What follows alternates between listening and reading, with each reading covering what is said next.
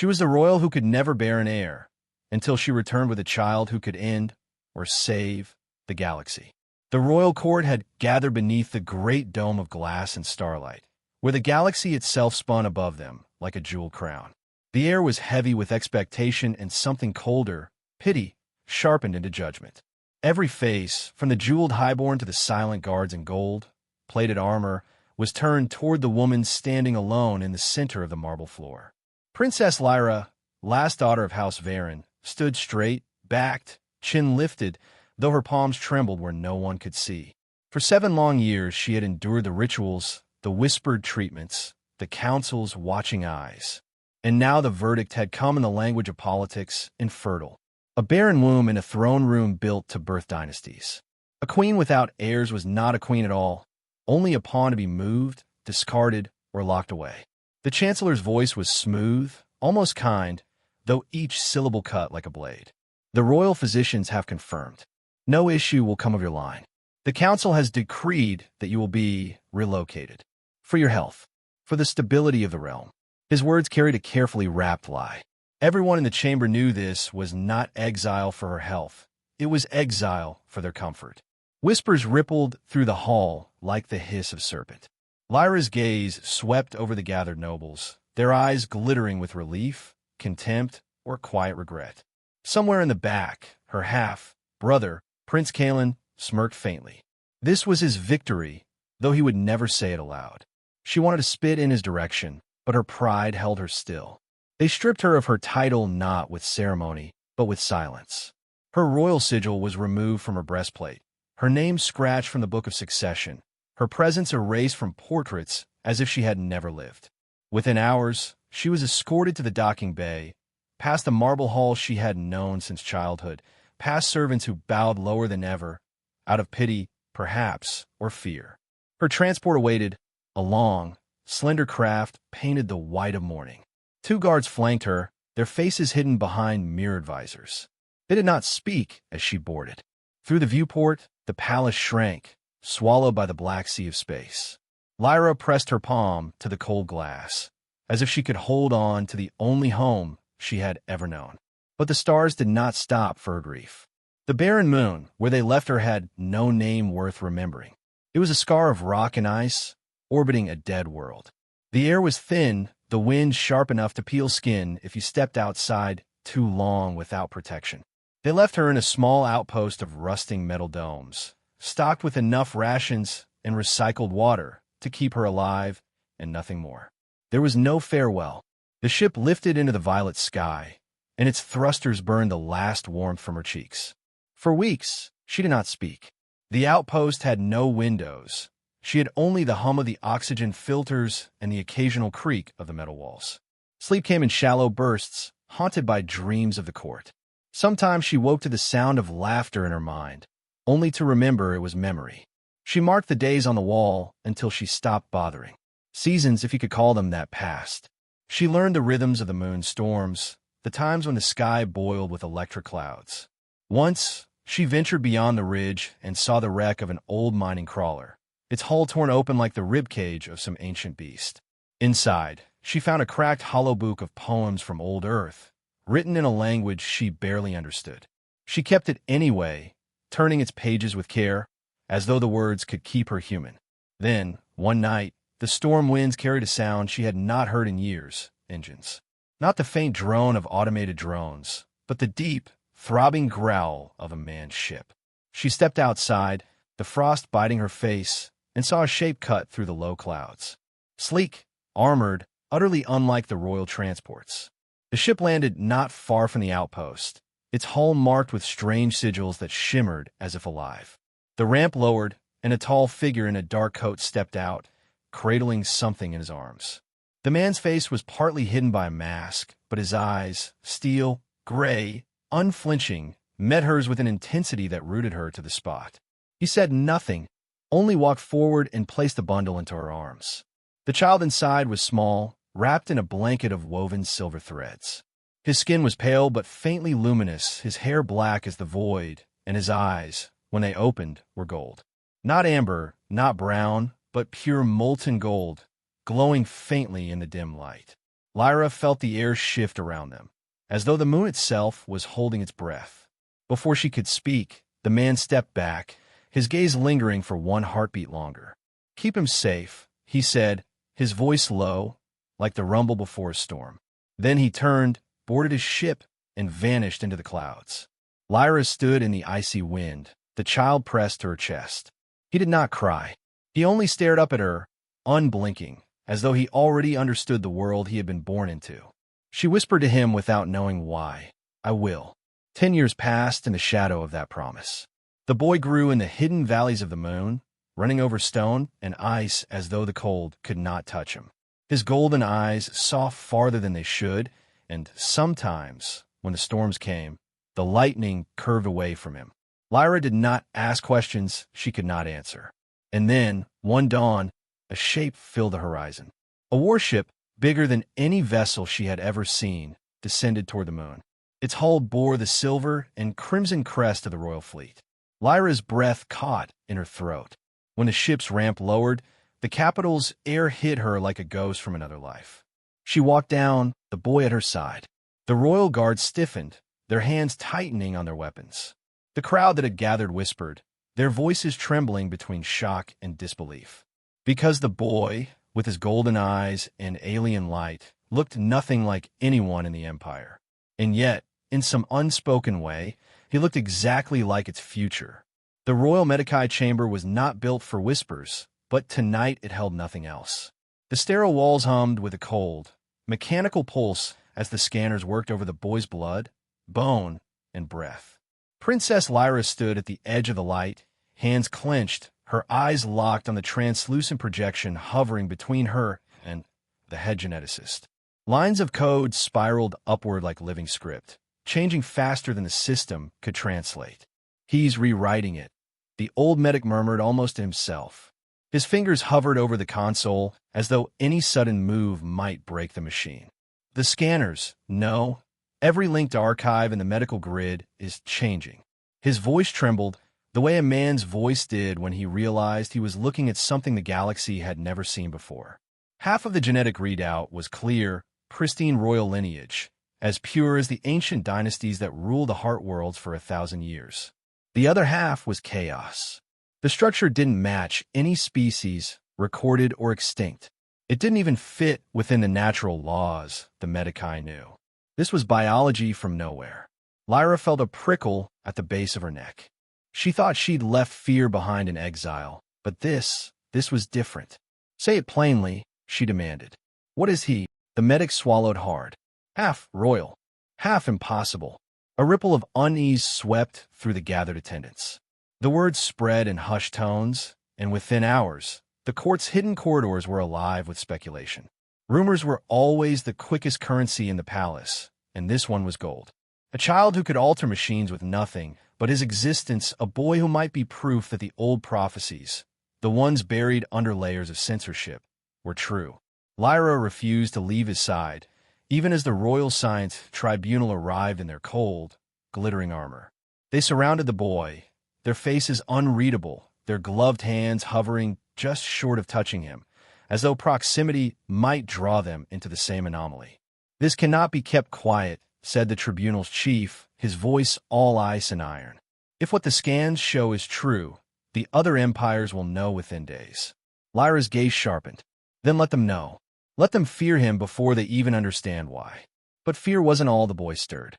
Somewhere in the forgotten depths of the palace, sensors flickered to life after thousands of years of silence. Ancient circuits, older than the empire itself, began to hum. At first it was a whisper through the maintenance channels, anomalous energy readings in sectors no one had accessed in living memory. Then the alarms began. The Star Bridge was awakening. The colossal structure hung in orbit above the capital world, a ring of alien stone and metal so ancient no one remembered who built it. For generations it had been dead, its heart dark, its gates cold. Now, as the boy was escorted through the palace gates, the bridge lit like a crown of fire in the night sky. Energy cascaded along its edges in blinding arcs. The city froze. Merchants abandoned their stalls mid-sail. Skyships slowed to a halt in the air lanes.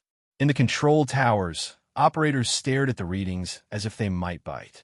Inside the palace, Lyra felt the ground tremble beneath her boots. She turned toward the grand windows, her breath catching in her throat. The bridge's dormant glyphs now burned with pale silver light, shifting like living constellations. The chief of the tribunal stood at her side, his expression unreadable, but his voice betrayed the faintest crack of awe. It's been dead for 3,000 years. Nothing has ever done this. Lyra looked down at the boy, whose wide eyes reflected the burning ring in the sky. He didn't speak, but she saw something in his gaze, recognition. And that was when she knew. He wasn't just reacting to the star bridge. He was calling it. The bridge flared once more, a pulse so bright it cast shadows into the deepest halls of the palace. Across the galaxy, in distant systems long thought unreachable, dormant gates began to stir in answer. The boy had arrived, and the galaxy had just woken up. The galaxy forgot his name, but she never did. The boy's arrival had set the Empire's heart beating in strange new rhythms. The palace gates, the star bridge, the very air seemed to hum with an energy none could explain. But it was not the bridge that haunted Lyra in the sleepless hours of the night. It was the question no one dared to ask her directly. Who was his father? The courtiers spoke of it in coded language, cloaked in hypotheticals and polite insinuations. The people whispered it in taverns and market squares. The boy's mixed blood had been confirmed. His other half, the impossible half, could not be traced to any known species. But the way he moved, the way his eyes sharpened when confronted, the way his silence carried weight, it stirred memories in Lyra that she had tried to bury for a decade. His name had been erased from every archive. His image deleted from every war record. His deeds, both the noble and the damned, reduced to silence. But Lyra remembered. She remembered the soldier they called the Starborn Blade, a human war hero whose strategies had saved entire sectors during the border wars. She remembered the man who refused the Emperor's command to burn a rebel world to ash. She remembered the trial that wasn't a trial at all, the public denouncement that made him a traitor overnight. And she remembered the night he vanished. Lyra sat in her private chamber, the curtains drawn, the soft glow of a single lumen casting long shadows. The boy slept in the adjoining room, his breathing steady. Across from her sat an old friend, Captain Rin, once her escort during state voyages, now reduced to a quiet existence as a palace guard. His hair had silvered, but his eyes were still sharp. "You've heard the rumors," she said without preamble. "Rumors move faster than truth," Rin replied. "But yes, they're saying the boy's father is." "Careful." Her voice was steel. He inclined his head. "A man who no longer exists, according to the archives." Lyra let out a slow breath. "They can erase names. They can burn history, but they can't change what happened." Rin's eyes softened. "You never stopped loving him, did you?" Lyra didn't answer, but the silence was its own confession. The whispers grew louder in the days that followed. In the barracks, soldiers spoke of ghost blood in the royal line. In the scholars' hall, archivists petitioned to review ancient war logs for historical accuracy. A select few, old enough to remember, kept their mouths shut, knowing that speaking his name was dangerous, not just for them, but for the boy. One evening, as dusk bled across the capital's spires, Lyra took the boy to the old gardens behind the palace. The place was quiet, the fountains cracked and dry, the statues worn by time. It had been her refuge in her youth, a place where the court's politics could not follow. The boy walked ahead, his small boots crunching over fallen leaves. Then he stopped. "What is it?" Lyra asked. He didn't answer. Instead, he lifted his hand and began to trace shapes in the air. His fingers moved with precision, each stroke deliberate, like a calligrapher working in invisible ink. At first, Lyra thought it was child's play, some private game. But then her stomach tightened. The pattern he was drawing, she knew it. A sigil. Not just any sigil, a military distress code. One that had been outlawed since the end of the Great Rebellion. It was the kind of code you sent when an entire fleet was lost, when retreat was the only chance for survival. Only a handful of people in the galaxy still remembered it. And one of them had been the boy's father. "Where did you learn that?" she asked sharply. The boy glanced over his shoulder, his eyes calm, almost knowing. "I didn't learn it. I remember it." Her breath caught. "From where?" He turned fully toward her, the dying light of the gardens casting his features in shadow. From him, that night, Lyra couldn't sleep. She stood at her balcony, staring up at the star bridge, still faintly glowing like a halo in the sky. The boy's words echoed in her mind. From him. It was impossible. The man had vanished years before the boy's birth. And yet, the sigil he had drawn was flawless, every stroke exact. The movement of the fingers, the precise angles, it was something drilled into a soldier through years of repetition, not something a child could invent. She thought of the man again, the way he had looked the last time she saw him. The jagged scar over his temple, the set of his jaw as the guards dragged him away. The way he had met her eyes and smiled, as though he knew something the rest of them didn't. The boy had his eyes. The following morning, the palace woke to a disturbance. Security channels crackled with urgent chatter. In the deep, space listening post along the Empire's frontier, operators reported something strange, a signal. Not just any signal. A match to the band distress code. It was faint, barely more than a whisper through static, but it carried the unmistakable sequence, the same one the boy had traced in the garden. The analysts were baffled. It's coming from somewhere deep in the void.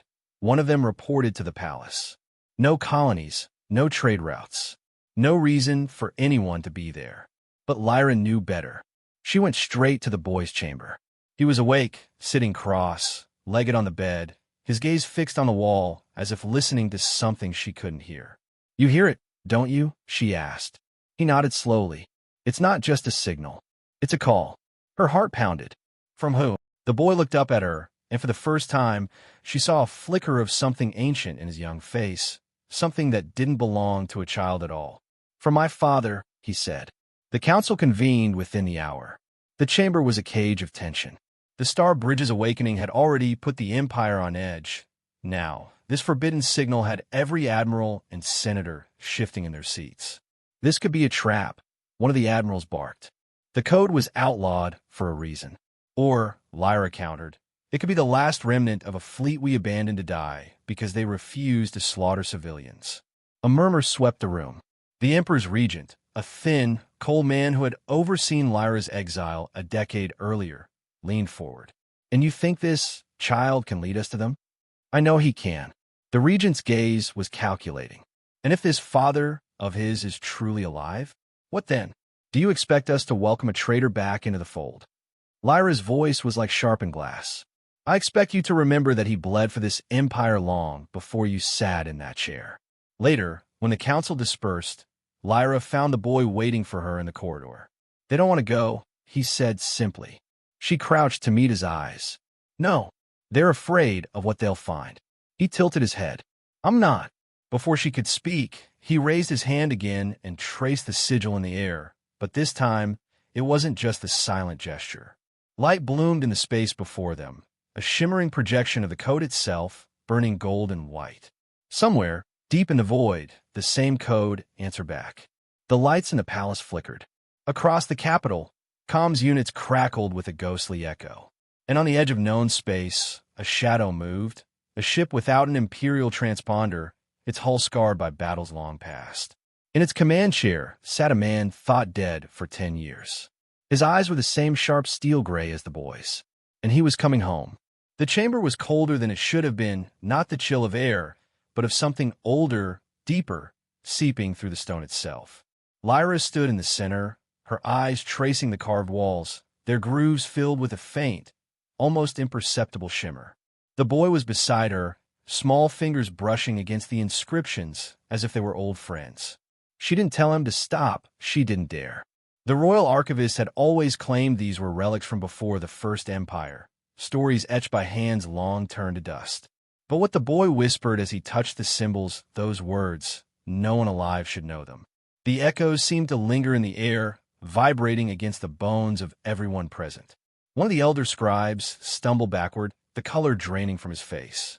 "He's speaking the Starborn tongue," the man stammered, his voice shaking as though he feared even naming it. Lyra's heart thudded once, heavy and deliberate, because the Starborn tongue existed only in rumor, in tales used to frighten children. It was the language of the ones who shaped the stars themselves, and in those same myths, the voice of a Starborn could awaken what should remain asleep. The boy tilted his head toward her, his eyes reflecting more light than the dim torches could possibly provide. "It's not a story," he murmured softly, almost to himself. "They called me long before I came here." That night, the council met in urgent secrecy, their words spilling over one another in panic. The prophecy had been a curiosity for generations, a bedtime tale for nobles and rebels alike. It spoke of a stellar heir, a child of mixed blood, neither entirely of the empire nor entirely of the outside, who would either unite all worlds under a single banner or plunge them into endless fire. It had been harmless as long as it was abstract. Now it breathed.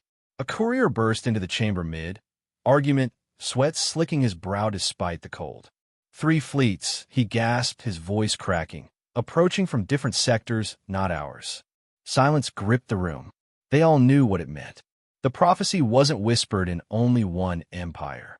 Rivals had read it too, and if they believed the boy was the one foretold, they wouldn't wait for diplomacy.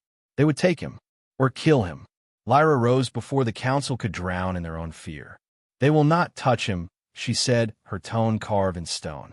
But inside, something was unraveling, because she knew protection was not enough. Prophecies weren't chains to be broken, they were rivers, and rivers always found their course. That evening, she found him on the highest balcony, standing at the edge where the wind cut sharp against the skin.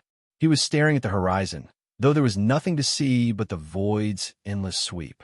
"They're coming for me," he said without turning, his voice almost curious rather than afraid. "How do you know?" Lyra asked, stepping closer. He smiled faintly. "Because the stars told me where to stand when they arrive." A shiver danced down her spine. He spoke with the certainty of someone who had already lived this moment in another lifetime. The first fleet appeared 2 days later, silver hulls burning against the black, engines whispering destruction. The second arrived within hours, bristling with weapons. The third emerged from hyperspace like a shadow being born, its markings the color of old blood. Across the capital, people stared upward, caught between awe and terror. In the war room, voices crashed against each other, orders, counterorders, demands.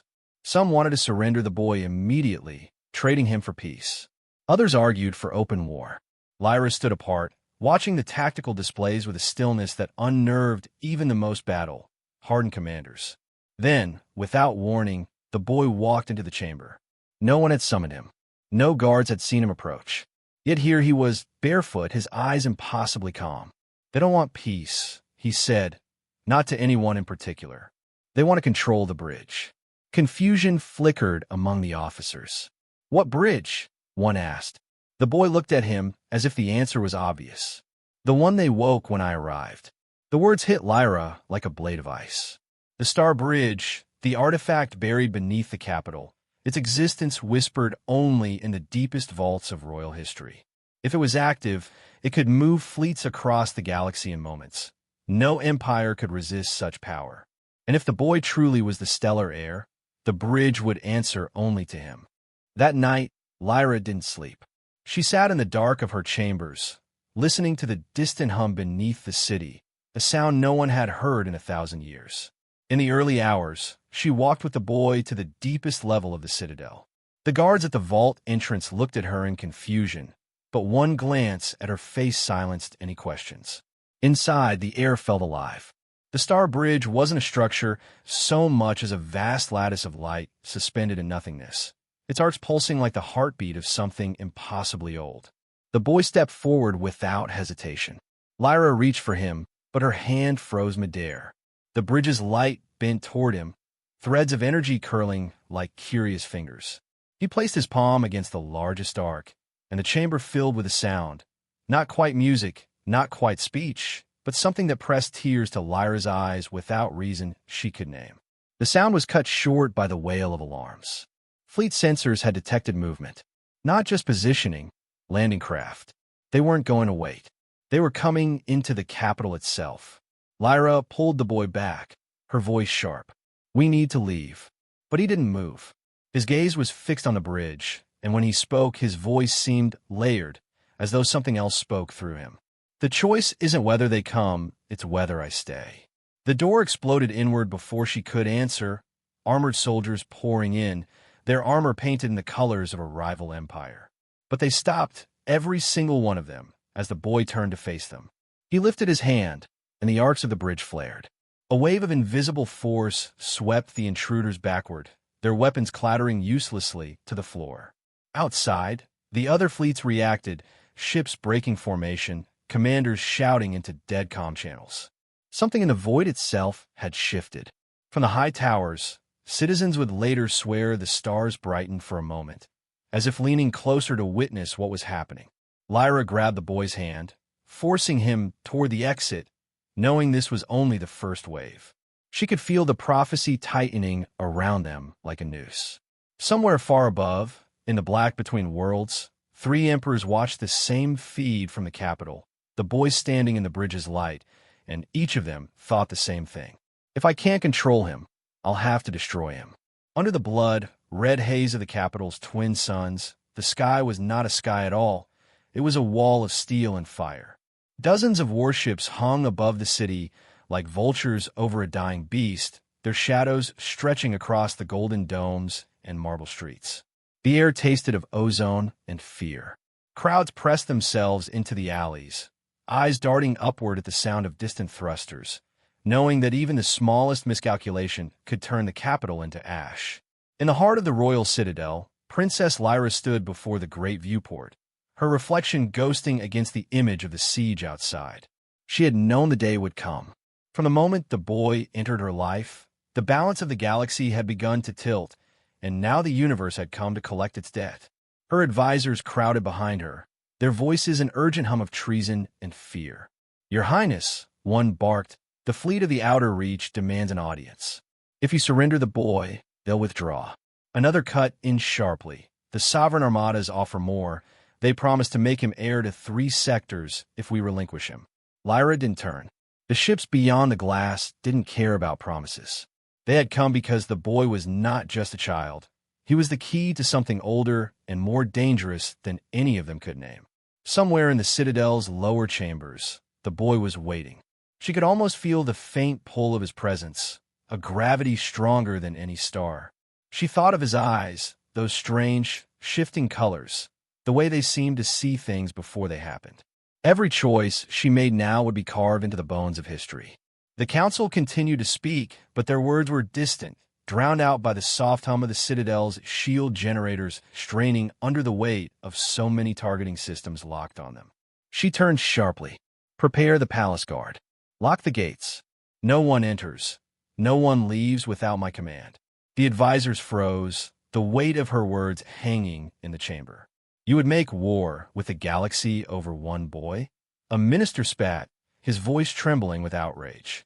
Lyra stepped toward him, her voice a low and dangerous whisper. "I would make war with the galaxy over the future." Outside, the first warning shots lit up the horizon, silent bursts of light in the vacuum of space, the energy rippling through the shield in waves. The ground beneath the citadel trembled, and the people in the streets scattered like leaves in a storm. In the lower chambers, the boy sat cross-legged on the floor, tracing shapes into the air with one finger. His breath was slow, his eyes closed, as if listening to something far beyond the citadel walls. He didn't flinch at the muffled thrum of the shield taking hits. He didn't even look up when Lyra entered, her steps urgent but quiet. She knelt before him. "They've come for you," she said softly. He opened his eyes, and the air between them seemed to shift. "I know," he murmured, the voice of someone who was not afraid. "What do you want me to do?" She searched his face for a hint of fear, for any trace of the child he was supposed to be, but found none. Instead, there was something else, an ancient stillness, the calm of deep water before a storm. "Stay close to me," she said, "no matter what happens." The citadel shook again, harder this time. Overhead, the armadas were moving into position, the outer reach vessels flanking the sovereign armadas in a tense, temporary alliance. Every faction wanted the boy alive, but none trusted the others enough to make the first move. It was a siege balanced on the edge of a knife. Lyra moved him toward the throne room, where the palace guard stood ready, blades drawn, rifles charged.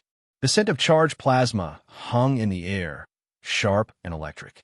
From the balcony, she could see the enemy forces descending toward the city's outer gates in precision lines, their banners snapping in the wind. A voice crackled in her ear from the command center. "Your Highness, the shields will not hold against a full assault. We need your order. Do we surrender or fight?" She glanced at the boy. He was looking upward, as if through the layers of stone, through the shield, through the void itself. His lips moved silently, like he was speaking to someone far away. And then he blinked, and the strange, shifting color in his eyes caught the torchlight. She raised her head, jaw set. "We fight." Her words were a signal. Immediately, the city's defensive batteries roared to life. Columns of blue energy lanced into the sky, slamming into enemy shields. The air shook with the force of retaliatory strikes. The streets became a maze of fire and smoke. The people ran for cover as the palace guard formed tight, defensive lines, cutting down the first wave of troops who dared breach the gates. The battle was chaos and thunder. Lyra fought alongside her soldiers, her blade glowing with each strike. She was no ruler watching from a balcony. She was a warrior in the blood and dust. But even as they fought, she knew they couldn't hold forever. The boy stood in the center of the throne room, untouched, unafraid. His eyes followed the invisible currents of battle, as if seeing the pattern in the chaos. And then, without warning, he spoke, not to her, not to anyone in the room, but into the air itself. Just one word. It was not loud, yet it carried like a bell through the corridors, through the city, through the sky. Every screen flickered. Every comm channel went silent. And high above, in the cold vacuum where fleets had gathered to tear the capital apart, the weapons of every ship, every cannon, every missile, every railgun went dead in unison. Lights dimmed. Engines stalled. The sound of battle faded into an impossible, eerie stillness. Pilots stared at their dead consoles in disbelief. Generals shouted orders into dead comms. The city stopped breathing. Lyra turned toward him, her chest tight, her hands still gripping her blade. "What did you do?" she whispered. He looked at her, not smiling, not triumphant, just calm. "I told them to stop." And for the first time in hours, there was no sound but the wind over the burning streets. The war had been paused, not by armies, not by diplomacy, but by the voice of a child. Some inherit crowns, others shatter them. The throne room still smelled of smoke and scorched stone. The battle outside had been frozen in impossible silence for nearly an hour now, the fleets above the capital still hanging dead in the void like broken constellations. Engineers and tacticians whispered frantically into dead comms, trying to understand what had happened, but only one person knew the truth. The boy stood in the center of the chamber, lit by fractured sunlight streaming through a cracked skylight. The great throne of the capital, forged from the metals of 1,000 conquered worlds, loomed behind him. For centuries, it had been a symbol of unchallenged power in the galaxy. And today, it felt like a threat. Lyra's advisors filled the shadows around the dais, their voices sharp with urgency. "You must declare him heir now, Your Highness," one insisted. "He holds the loyalty of the fleets," another argued. "With him on the throne, we could unite the sectors under one banner." Lyra stood by the boy's side, watching his face. He was silent, but not uncertain.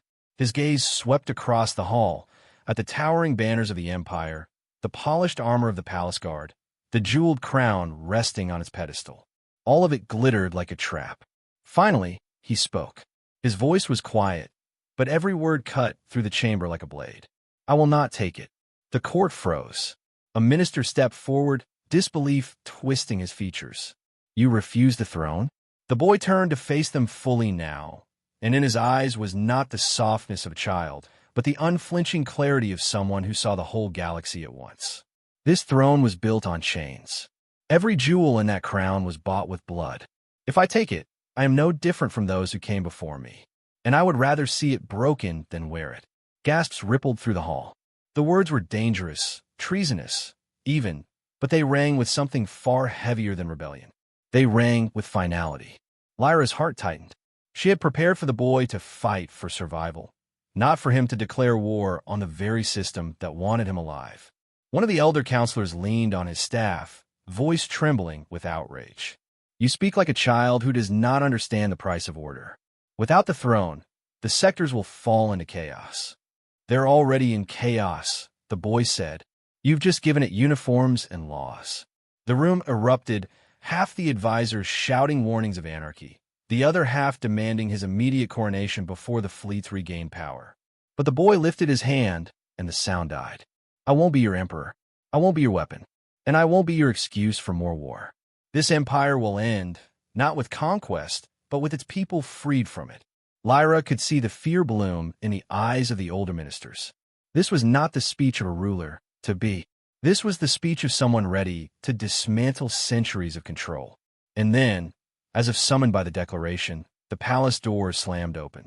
Soldiers in crimson armor, not palace guard, marched in formation, their insignias bearing the mark of the sovereign armadas.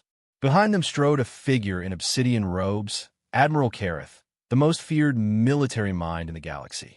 You've made quite the speech, boy, Kareth said, voice dripping with amusement. But words don't hold the galaxy together. Armies do. Lyra stepped forward, blade half drawn. This is still my court, Admiral. For now, he said with a cold smile. Then, to the boy, take the throne. Rule. You'll have the backing of the sovereign fleets. Refuse, and he gestured subtly to the soldiers fanning out across the hall. We'll find someone else to sit there after you're gone. The boy met his gaze without flinching. You still don't understand. I'm not interested in your throne. I'm interested in making sure no one can use it again. Before Kareth could reply, the boy's eyes shifted, that strange, impossible shifting color Lyra had seen in the siege. The air in the room seemed to thicken, the torchlight dimming as if the shadows themselves had leaned in to listen. Somewhere far above, in orbit, a low tremor rolled through the fleets. Engines that had been stalled flickered back to life, but not all of them. On Lyra's wrist comm, desperate voices crackled through, commanders swearing as their ships either roared forward under new orders or remained dead in space. The boy was no longer just a symbol, he was a dividing line. In less than a minute, the galaxy began to fracture. Half the fleets powered up and fell into formation above the capital, aligning themselves under his strange and silent authority. The other half, Kareth's loyalists among them, broke away, their ships angling into attack positions. In the throne room, the admiral's smirk vanished. You've just started a war you can't control, boy. The boy's voice was calm. I'm not here to control it. I'm here to end it. Kareth's hand twitched toward his sidearm, but Lyra moved faster, stepping between them, blade ignited, the heat of it humming in the charged air. Outside, the sky was changing. The fleets no longer hung still in the void. They were shifting, aligning, circling like predators, deciding whether to hunt together or tear each other apart. And every ship knew. The boy had drawn a line across the stars. By the time the sun set over the capital that day, the galaxy had two halves, one that wanted him dead, and one ready to follow him anywhere. The galaxy splits into two factions, those who want him dead, and those ready to follow him.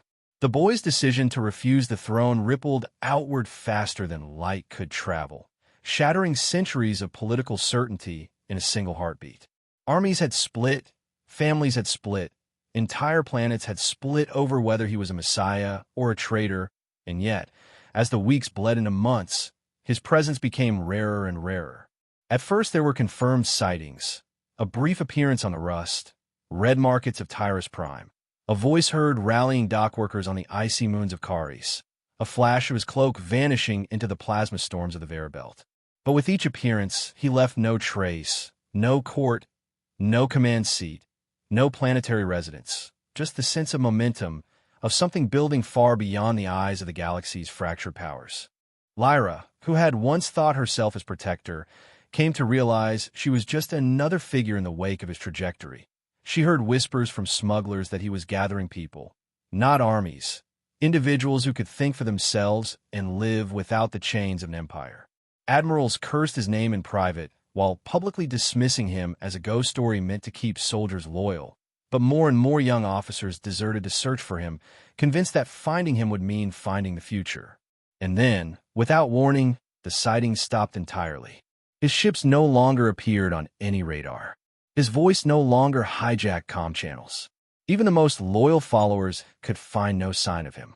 The galaxy began to move on, or at least pretended to. Borders hardened, fleets rebuilt, treaties were signed and ink still wet with suspicion, and history books began reducing him to a footnote, the strange child who had divided the stars and then vanished. Lyra aged, though she never stopped searching. In the quieter moments between diplomatic meetings, she found herself staring into the void between systems, wondering if he was looking back. Some believed he had been killed, buried anonymously on some nameless asteroid. Others swore he had found a way beyond known space entirely, out where the maps faded into uncharted darkness. The years folded into decades. New wars came and went, fought by leaders who imitated his defiance, but not his purpose. Children learned his name as a cautionary tale. Do not follow dreamers into the void.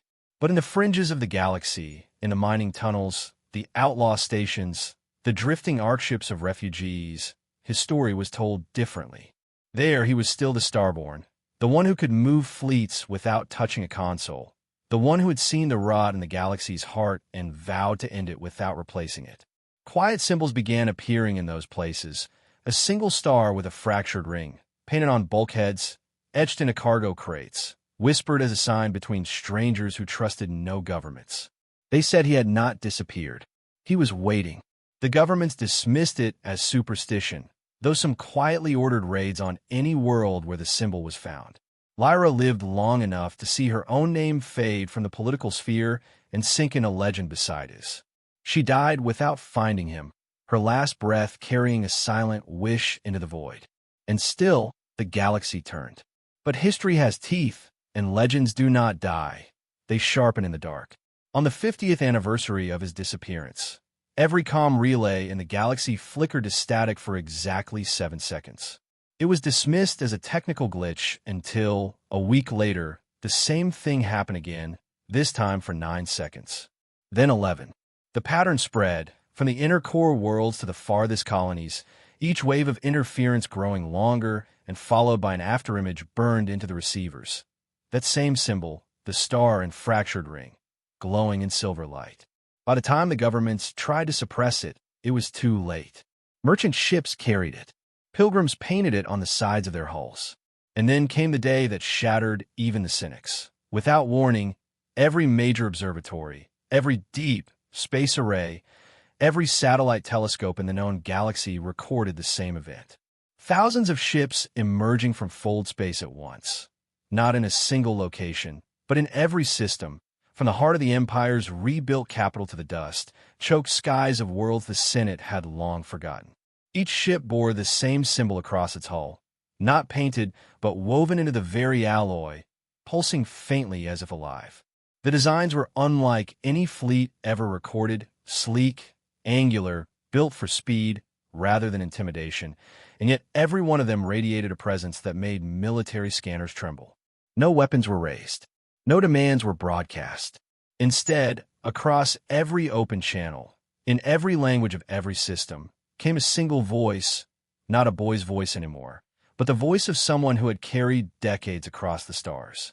The time for thrones is over. The time for chains is over. We are here for something greater than war. The words were not shouted. They didn't need to be. Every captain, soldier, merchant, and refugee who heard them felt the truth in their bones. This was not an invasion. This was a summons. And as the fleets of the old power scrambled, hesitating between firing or hailing, the ships of the Starborn did not move to attack. They simply waited, patient as the stars themselves, engines silent, their silver emblems pulsing in rhythm like the heartbeat of something vast and inevitable. In that moment, the galaxy remembered. Legends don't end, they disappear, until the day they return to claim the sky.